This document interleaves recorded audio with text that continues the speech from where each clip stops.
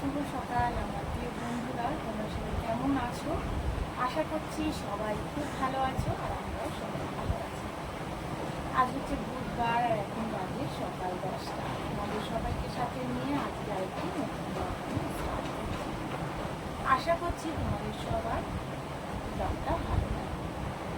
দেখো, সকালে উঠে তো মোটামুটি যে যা থাকে রেগুলারের কাজ তো হয়েই গেছে। আর স্নান করে বসিয়ে দিয়েছি ভাত।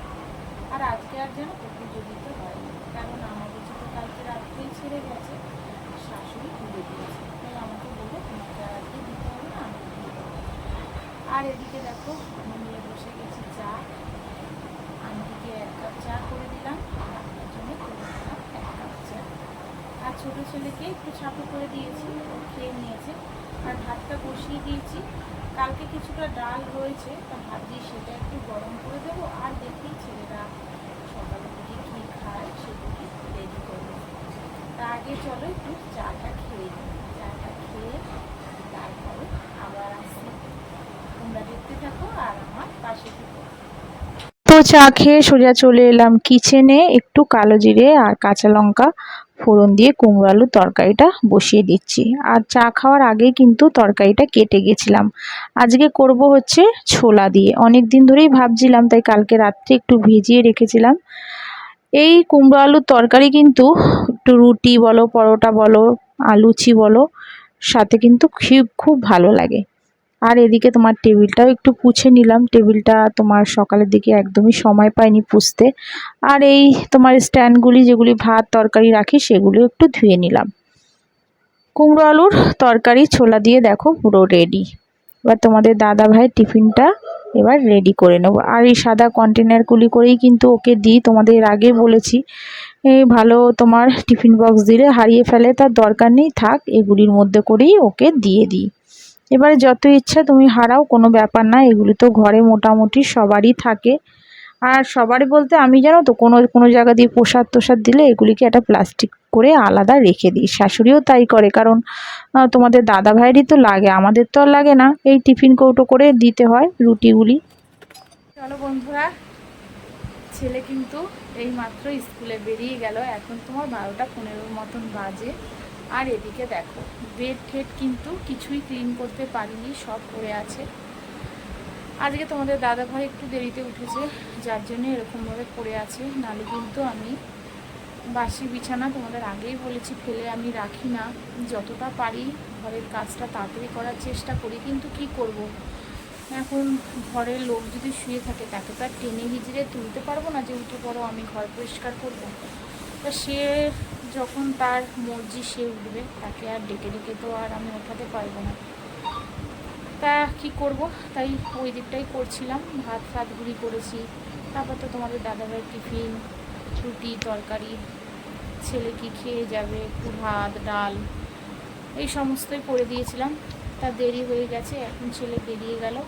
আর কালকে 2টো পরোটা ছিল রাত্রে, তা সেই পরোটা দুটো আমি আবার এখন খেয়ে নিলাম। বড় ছেলেকেও খেতে দিয়ে দিয়েছিলাম, কারণ ওরও খিদে পেয়ে গেছিলো।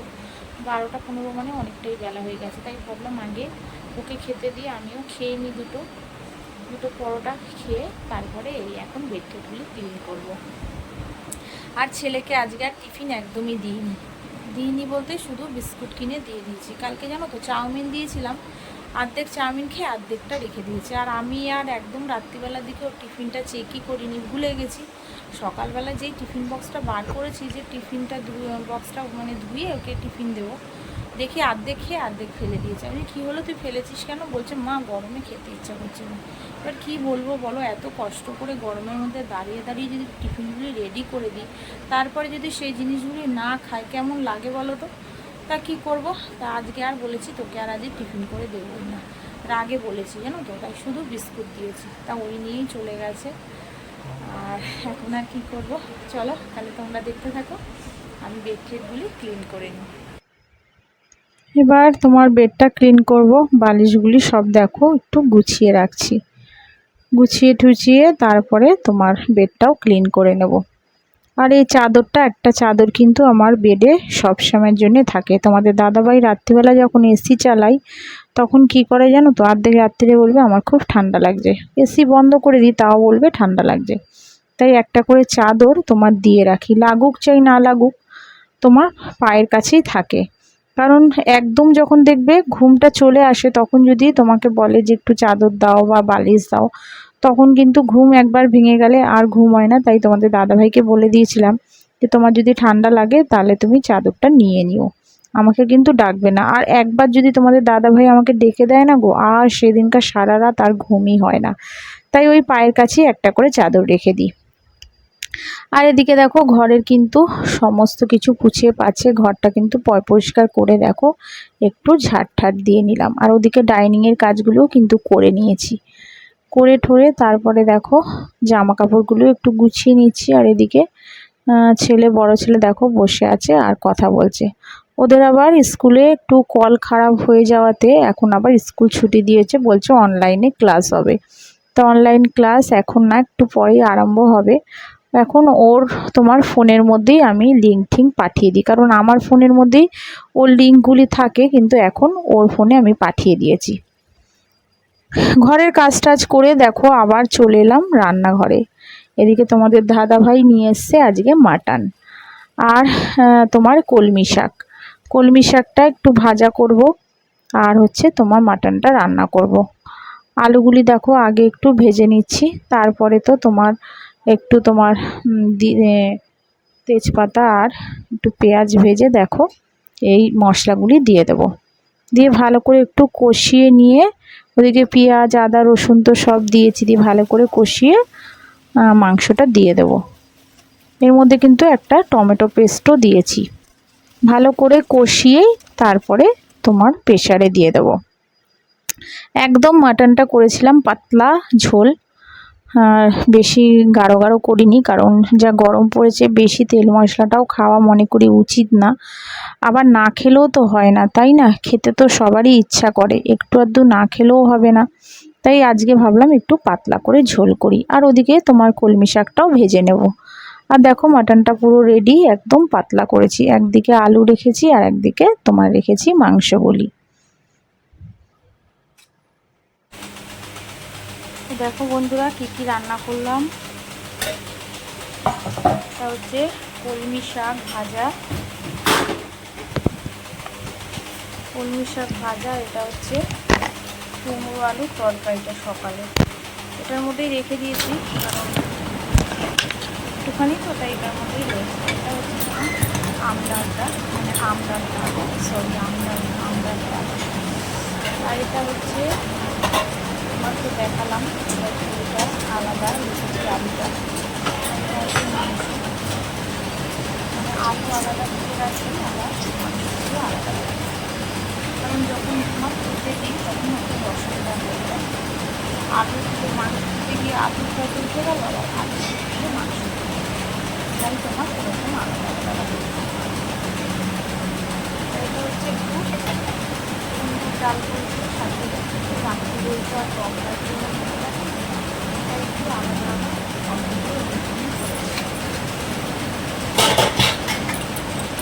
আর হচ্ছে দেখো এখানে আলু সিদ্ধ, সকালবেলা ওদেরকে টকটার আলু সিদ্ধ আর ডিম ভাতে দিয়ে খেতে দিয়েছিলাম, একটু বা রেখে নিচ্ছি। আর এটা হচ্ছে ডিম, আর এটা হচ্ছে সাদা ভাত। দেখো এই রান্না করেছি আজকে, বেশি কিছু করিনি। আর মাটনের ঝোলটা তোমার একদম পাতলা করেছি, গরম দিয়ে করেছি একদম পাতলা করে মাংসার মাটনের ঝোল। চলো ছেলেকেও খেতে দিয়ে দিয়েছি, বাবাকেও খেয়ে নিয়েছে। এবার আমি জামা চেঞ্জ করে নিই, আবার দেখা হচ্ছে তোমাদের সাথে বিকেলে।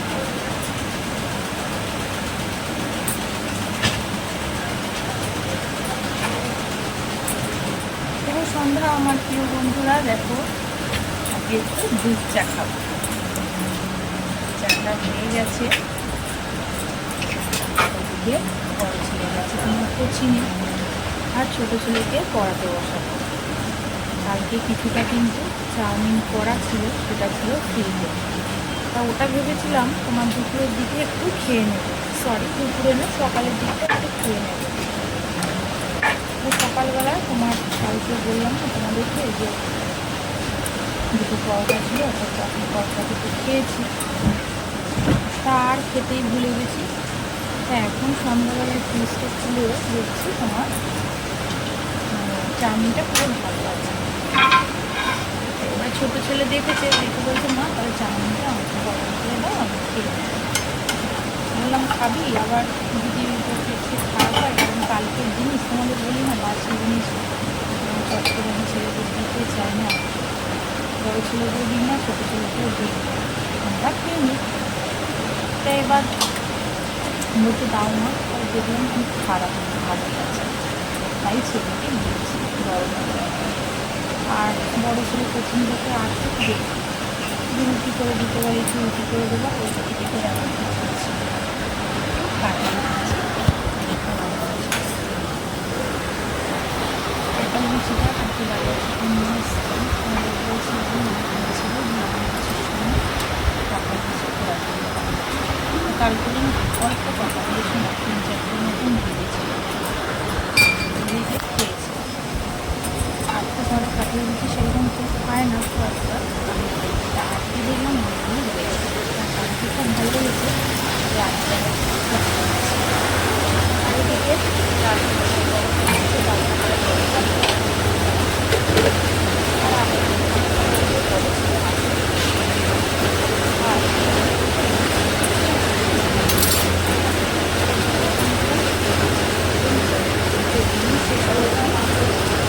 সবাই ভালো থেকো, সবাই থেকো, সাবধানে থেকো। আর যদি আমার ব্লগটা আপনাদের ভালো লেগে থাকে তো প্লিজ আমার চ্যানেলে একটা সাবস্ক্রাইব করো।